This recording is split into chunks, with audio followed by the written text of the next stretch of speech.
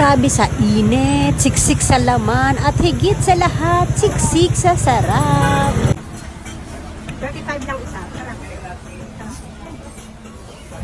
No wonder kaya pinipilahan kasi tingnan nyo naman, grabe ang loob. Napakasarap, ayan, nagkakandapaso ng iyong kapitit. Sarap na sarap.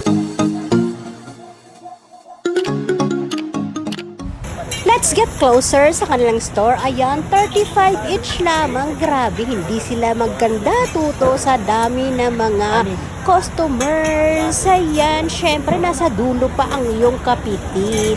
Aside from fried siopaw, ayan, meron silang variety of Chinese foods. Mamimili ka na lang at tiyak na ito'y masasarap din tulad ng kanilang fried siopaw. Ayan si Kuya. Syempre, hindi sila maganda tuto. Grabe kasi naman, napakahaba ng pila. At syempre, habang hinihintay ko ang aking turn, ayan, nakikiusyosa ang iyong kapitit kung paano ba nila ito piniprepare. Ayan, nalilito pa ang iyong kapitit kung ano pa ang bibilin. Akala mo naman, may budget. Sir, anong oras bukas mo dito? 7 to? Everyday po ito? Siyempre, turn na ng iyong kapitit na bumili. Ayan, ang kasya lang ng ating budget ay 4 na pirasong Shanghai fried siopaw para matikman natin kung ano ba talaga ang magic nitong pinipilahan dito sa Ongpi. Pinatali yun ng fried siopaw. Shanghai fried siopaw. Tikman natin.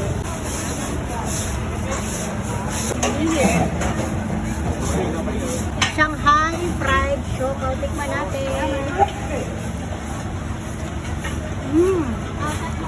Sarap ah.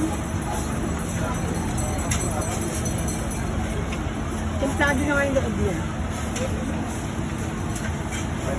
35 lang isa. Sarap. Sarap.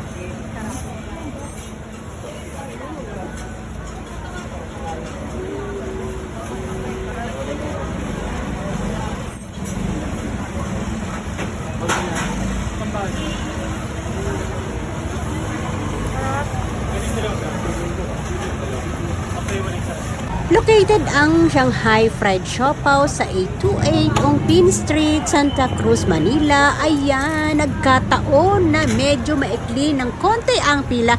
Kaya naman tayo ay nakipila na dahil ilang beses na rin namin itong dinadaanan.